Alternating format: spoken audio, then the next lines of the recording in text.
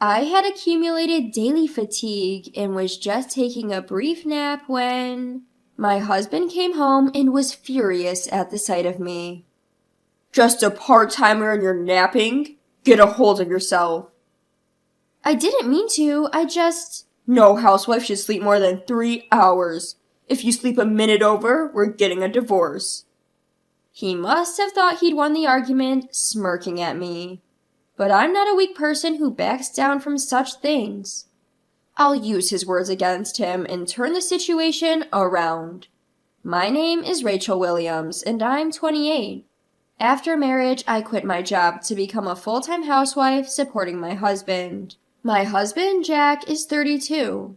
He is an engineer at an IT company and was my former boss. We originally knew each other from work, and he was the one who approached me. For better or worse, my husband can be very strict. Even when we were dating, I was often scolded. Does anyone normally speak like this to their partner? That's what I first thought. He distinguishes between public and private and doesn't let personal feelings interfere. I was attracted to his straightforwardness. It was his idea for me to become a full-time housewife. When I was contemplating continuing my work after marriage, he said, "I want you to take care of the house. I'll be the one to work and earn for us." I remember responding anxiously. But wouldn't it be better to keep working and save up until we have kids? "I want the house to be clean when I come back. I'm not good at housework, so I want to ask you, Rachel." I see. If that's what you want, Jack, I guess I'll give being a housewife a shot. "Yeah, please do. I can take care of the income on my own." And so I became a full-time housewife just as my husband wanted. I was never particularly good at housework, but I didn't dislike it.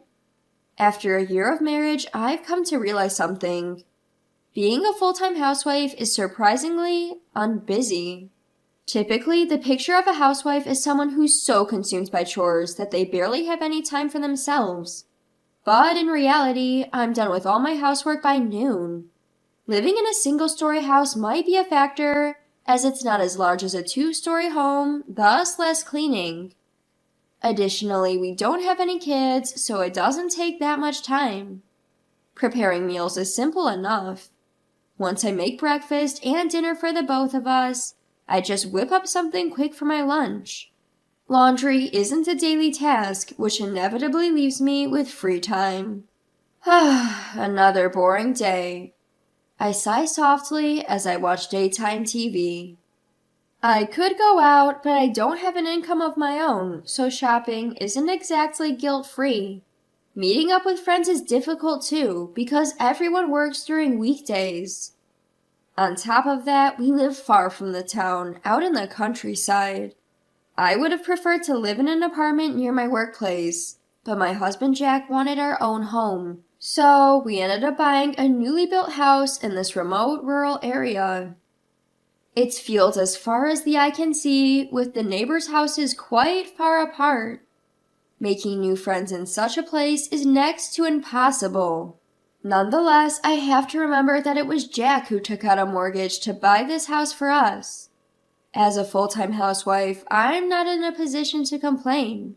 I started doing this diet dance I saw on TV out of sheer boredom. It's simply dancing along to the videos they show. It works out the whole body, and my figure is becoming more toned with every session. I initially started it so as not to disappoint Jack after our marriage, but it has since become a daily routine. Once I finish my diet dance, I find myself with nothing to do. This leaves me with way too much time on my hands. I couldn't stand it anymore and decided to discuss it with Jack when he came home. "Hey Jack, can we talk?" "Huh? What's up?" I've been thinking, a year into our marriage, being a full-time housewife leaves me with a lot of free time. I was thinking maybe I could start working a bit. "Work? No, I want you to take care of the house perfectly." I understand that, and I'll continue doing the housework properly. But it feels like a waste to just sit at home doing nothing. My husband Jack seemed discontent with the request. but I continued to explain my intentions to him nonetheless. Please, Jack, even if it's just a part-time job for a few hours, can't I work a little? But what part-time jobs are even around here? The bakery nearby is hiring part-timers. It's just about 4 hours in the afternoon, and it won't interfere with the housework, okay? Alright, but under one condition. Don't slack off with the housework, okay? Sure, thank you, Jack. With his permission, I went to the bakery in our neighborhood the next day. They seemed to be short-staffed, and I was hired on the spot. That's how I started working outside again after a year. There was a pile of unfamiliar tasks I had to learn, but I was more than happy to be able to work. Maybe because my daily life became a bit tougher, I started sleeping more soundly than before. Then, one day, my usual 5 p.m. part-time shift ended up being extended until 6 p.m. I rushed home and started preparing dinner, but Jack got home before it was ready. I'm home. What's going on? Is dinner not ready yet? I'm sorry, I just got home myself. We had a lot of customers today, so I had to stay until 6 p.m. Overtime.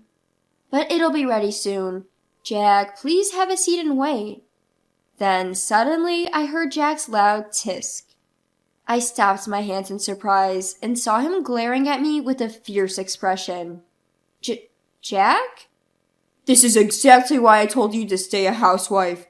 I knew from the start that the housework would be neglected. Wait a minute, today was just a one-time thing. Don't talk back. Didn't we promise that you won't slack off on the housework? Despite that, what's with this situation? Are you mocking me? I'm not trying to mock you. I was taken aback by Jack's expression, which I had never seen before, and my voice trembled in fear. I was so scared that my legs gave out and I dropped the spatula. Regardless of my state, he continued to yell at me. If something like this happens again, I'm going to make you quit your part-time job, got it? If you're fine with that, then go ahead. I mean it. Leaving these words behind, Jack hurriedly left, saying, I'm going out to eat. Released from my anxiety, my tears began to flow uncontrollably.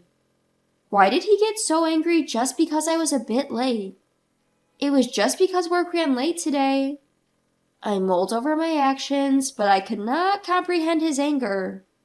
From that day on, Jack's patriarchal behavior escalated. He treated me as if I was a maid. Hey, when will you finally get it together and make a decent packed lunch? This is disgusting. I'm sorry, but I made the fried chicken you liked today. How many times have I told you not to talk back? Because of your terrible lunches, I've been forced to buy convenience store meals for lunch. I'll deduct that from next month's household expenses, got it? But you've been steadily reducing the budget compared to before. It's already a stretch as it is. Shut up. All of this is because you're incapable. Or what? Are you saying we should divorce now, huh?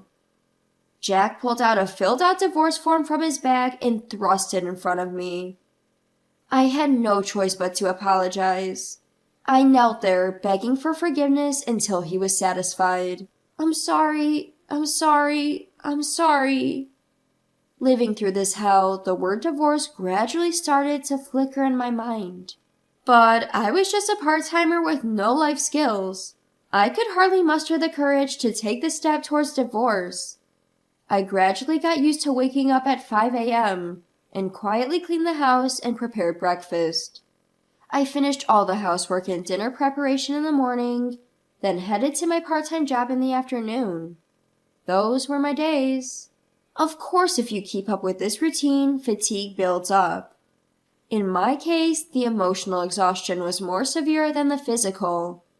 One day, the store manager at my part-time job seemed to notice my condition. Rachel, you seem tired lately. Are you okay? Manager, I'm sorry. I'm fine. You look awfully pale. It's slow today. Why don't you clock out early? But... No buts. Consider it a thank you for your hard work. Take one of those freshly baked breads we just made. Sorry. Thank you very much. Grateful for the manager's generosity, I decided to leave work early. As soon as I got home, I surrendered to my fatigue and collapsed onto the couch. The next thing I knew, I had fallen asleep. A few hours later... Hey, wake up already. Huh? Wake up, you lazy bum. What are you doing sleeping? Jolted awake, I found my husband Jack shouting furiously with a demonic expression on his face. When I managed to sit up and look at the clock, it was already past 6:30 in the evening. I felt the blood drain from my body, and the warning signs flashed in my mind. Do you ever get tired of making me angry? I'm sorry. Do you think you can take a nap because you're just a part-time worker? Getting a little too comfortable, aren't we? It's not like I was trying to. Don't talk back to me. No housewife should sleep over 3 hours in the afternoon. As I fell silent, Jack continued to glare down at me with his terrifying expression. Why are you silent? It's your own laziness that's the problem, isn't it? Well... It's a luxury for a housewife to sleep more than 3 hours.